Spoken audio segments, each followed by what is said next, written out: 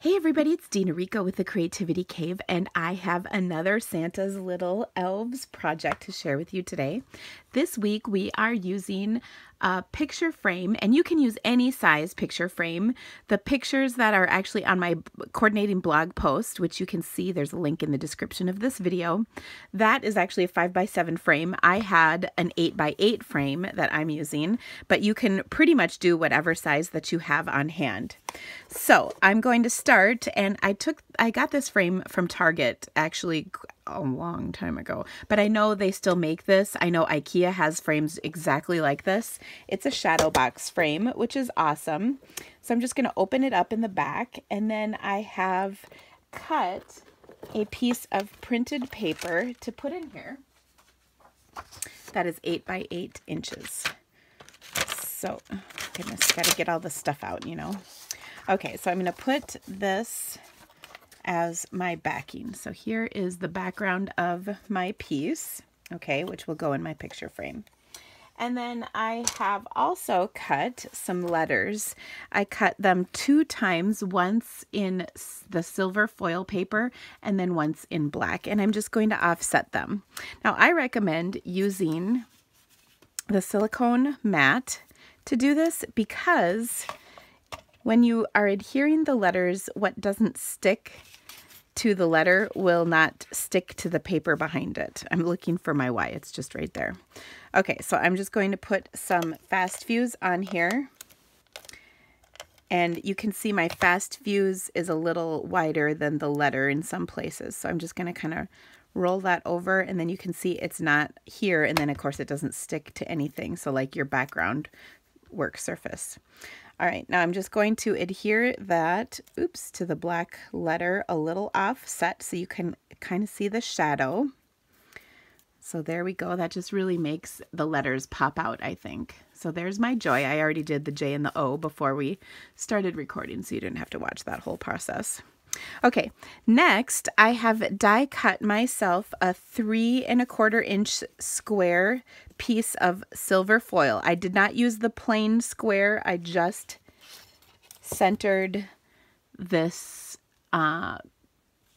quilt square. So of course this is from the Quilted Christmas stamp set. So in that set of framelits, there's also a solid square. I did not use that piece. I just used this piece, just so you know. All right, I also have a 3 1/4 inch square that is going to give me a beautiful outline. So this was a 3-inch square. This is a 3 1/4 inch square. I think I said that right. I hope so. Anyway, this is why I don't usually give dimensions on my videos, because I never know if I say it right. Okay, so all of this, by the way, is in the video, or on my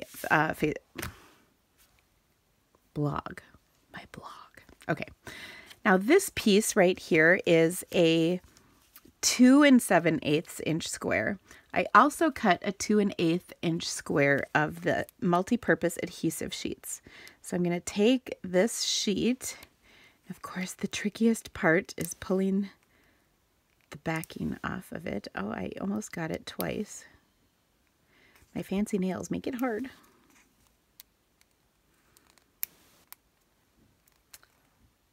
Okay, oh my gosh. See, this is the hardest part. There we go. Okay, so this with the writing is the garbage. Now I'm going to place this, and again, I'm going to do this on my sheet just in case I don't get it perfect. I'm going to place this right over the top, and it should be about the same size, like I said, very close. It's hard to get it completely perfect. I'll burnish that a little bit. You can use your bone folder if you want. And burnishing does help with getting the backing off of it. Oh my gosh, it's my nails. See, before I had my fancy painted nails, I could get this stuff off with no problem. Okay. So again, there is our backing. Now what I'm going to do with this is it's just cut a little bit smaller than my silver foil, but I'm going to put the silver foil right over the top, because what we're going to do is piece together all the pieces that go in here, okay? And it's really easy. Now I see I have just a touch that's sticking out, so of course I'm going to trim that off. so it doesn't show. It was just a teeny little sliver. Okay, next I have die cut in several patterns of this coordinating printed paper, which, by the way, that is, I think it's called Merry Little Christmas. Let me verify. So here are my scraps from that. Merry Little Christmas, that is correct. Okay, so I've die cut a bunch of pieces of that, and then we're just going to piece this together as though it were an actual quilt. So it's kind of fun. It's pretty easy to do. Now I have actually found that you can run 2 sheets of this through the die at once because the printed paper is thinner.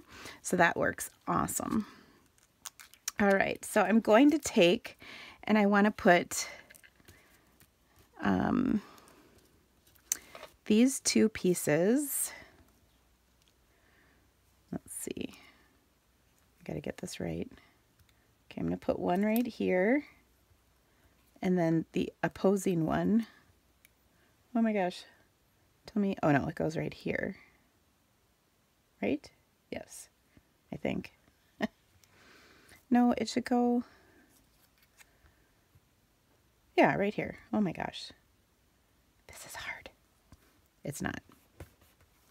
Okay, so I'm just going to put these 2 pieces here. Then opposing 2 pieces. I've got this one right here, and this one right here. So you just got to make sure you have the right one that fits in here. There we go. And the adhesive that's on here from the multi-purpose adhesive sheet makes it so easy to just put those pieces right in. Okay, now I want to do this one here. And hopefully,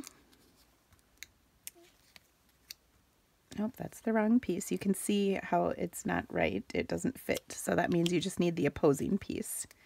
There we go. So when you have the right piece, it's easy. Now I've kept all of these pieces, and of course I'm going to use them because I can make several more of these using those leftover pieces. Okay, next in the 4 corners, oh wait, I need 2 more pieces here. Oh, so I'll put, I think this is the wrong one. Yep. And that's the wrong one. And that's the wrong one. I'll find the right one. It is a bit of a puzzle. So here's this one. And then we just need 1 more of those. Just got to flip my pieces over till I find the right piece. Wait. If I was smart, I would have kept these in order a little better, but I wasn't. So that's what you get. This piece is probably the right one. I don't like it because it doesn't have very much of a design, so I'll stick it here, and then if I find a better one, I can just put it on over the top. Okay, next I'm going to use that same pattern and put the corner pieces in. Actually, I might use, well,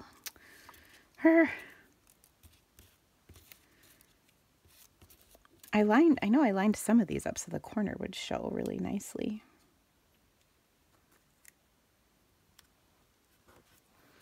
There's one.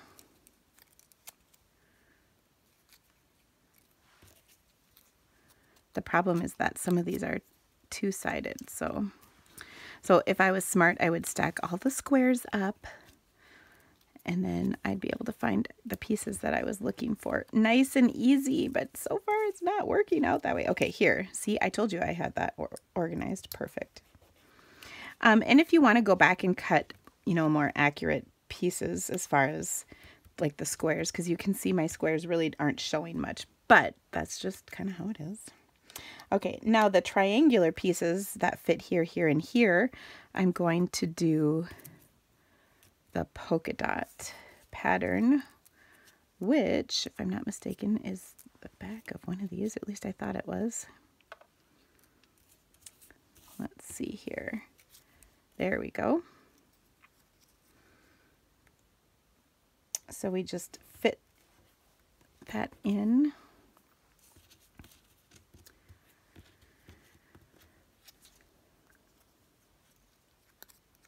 And these are so cute. So when you're all done, you have such a beautifully pieced paper quilt.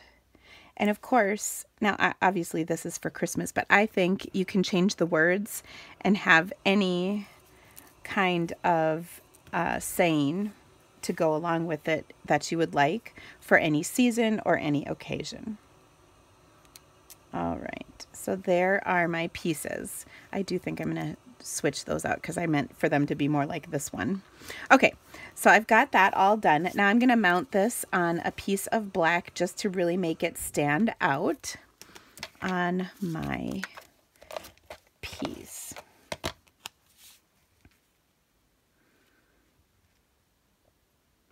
There we go. Okay, now next I'm going to jazz this up with a clear faceted gem because I think that'll be pretty, and because I have my shadow box, of course it will fit with no problem in there. So there's my clear faceted gem just for a little shimmer in the center, which I think is beautiful. Now let's put all this together because we really are almost done. Well, actually we have one more piece to put together, sorry.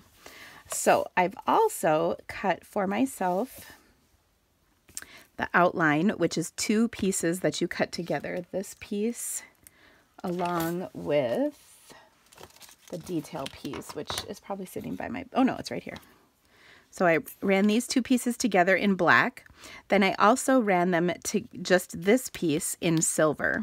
Okay, and those silver pieces I'm going to insert. So just like on my black piece, I cut out a multi-purpose adhesive sheet one. So this is just a solid black one with multi-purpose adhesive sheet on the back. Let me show you how I did that. I took a scrap piece of paper and placed it between the 2 layers of the multi-purpose adhesive sheet. I put the layer back down and then I die cut this because it's black. I could see, you know, exactly where I was cutting. That way I got everything covered. Okay. Then again, we'll get the backing off. Ooh, this one might happen much easier. Yay. Okay, I'm going to bring this back in. And then I just want to line this up, and it's pretty easy to do to line it up perfect. Okay, and I'll press on there. So that's awesome. And then we're just going to fill in these little pieces. And they, as you can see, stick so wonderfully, which I just love. So that's awesome.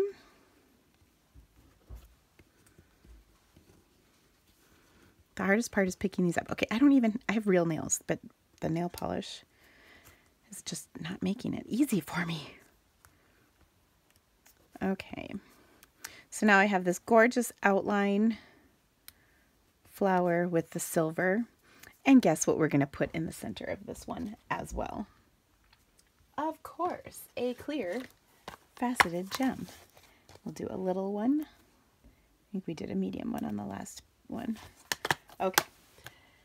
Now, to finish it off, we're just going to piece these together on our 8x8 sheet of cardstock. So, I'm going to put Joy right on here. And you know what? I think I might do a second one of these to adhere right over here. But isn't that cute? I think this looks great. So, of course, for all of these, I will use my Fast Fuse adhesive because it's sticky, awesome stuff. Put that right in here. It kind of fits over nice and even. It fits over some of those squares, so that actually works out great.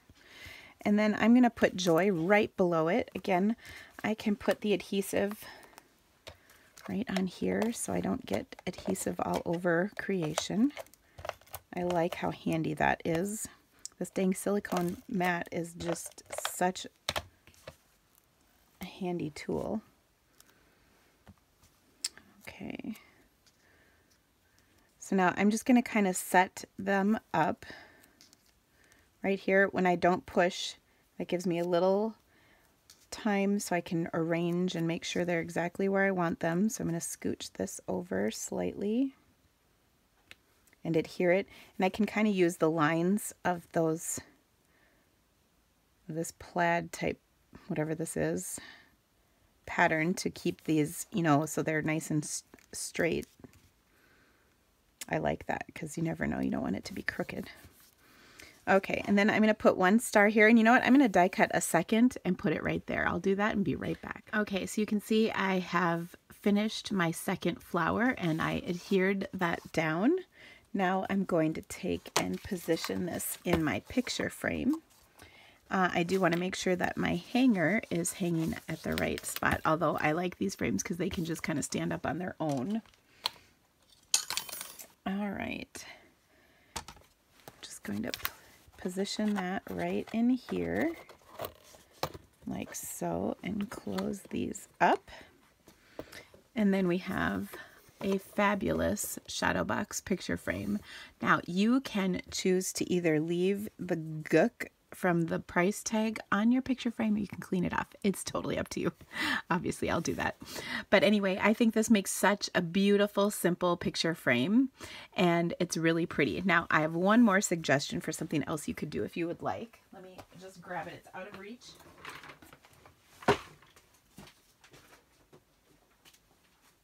So I'm going to take some of our black and white striped ribbon.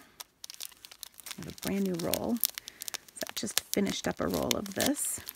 This is inexpensive ribbon and it's wired, so it will hold the shape that you put with it. So I'm going to take and just create a loop. Here, I'll move this out of the way so you can see what I'm doing. So I'm creating a loop about yay big. I'm not, you know, I don't like measuring stuff too much. Okay, and I'm going to fast fuse this together.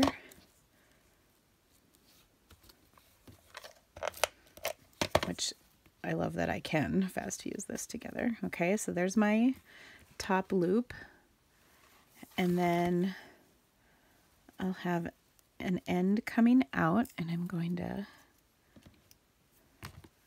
just trim this, you know, so it's like a banner end. And to do that, I'm going to just simply fold the ribbon in half and go from the fold to the points of the ribbon end. That didn't go as smoothly as the first one, so we'll just trim these up a little. And that gives me that pretty banner end. Okay, and then what I'll do is that will go right here. This will go on top, and then we'll put a loop around. And I love that this is wired because it holds the shape really easily. Okay, and I'll just close this. So then once again, I'm going to take, and adhere these together just so that they stay nicely. So I'll put a little fast fuse, but I'm not going to put a ton down because I want to keep the dimension of my bow that I create. So I'll put that right on top and adhere it, and then we're just going to wrap this around. So I'll put some fast fuse on either end, and then we'll wrap this around, and I'm just going to press on the bottom, and I'm trying to press it so that I can, you know, keep my bow poofy, because nobody likes a flat bow. You want a poofy bow. Okay, so there is my bow, and then I can just adhere this to the top of my picture frame, and that dresses it up even more. And I actually will just use fast fuse. Let's see if it'll hold. Oh, it will stick on here. How awesome is that? Did you see that? I just ran a strip of fast fuse right on there. And then I can just press this down and it will stay in place. Awesome. Awesome, awesome, awesome. So that just jazzed up my frame just a little bit more. So anyway, check out my blog. All the details are on there, as well as supply lists if you need to purchase any of these items. Of course, I would so appreciate it if you ordered through my online store. It helps support more videos just like this one. Thank you so much for stamping with me today. Have a great day. Bye.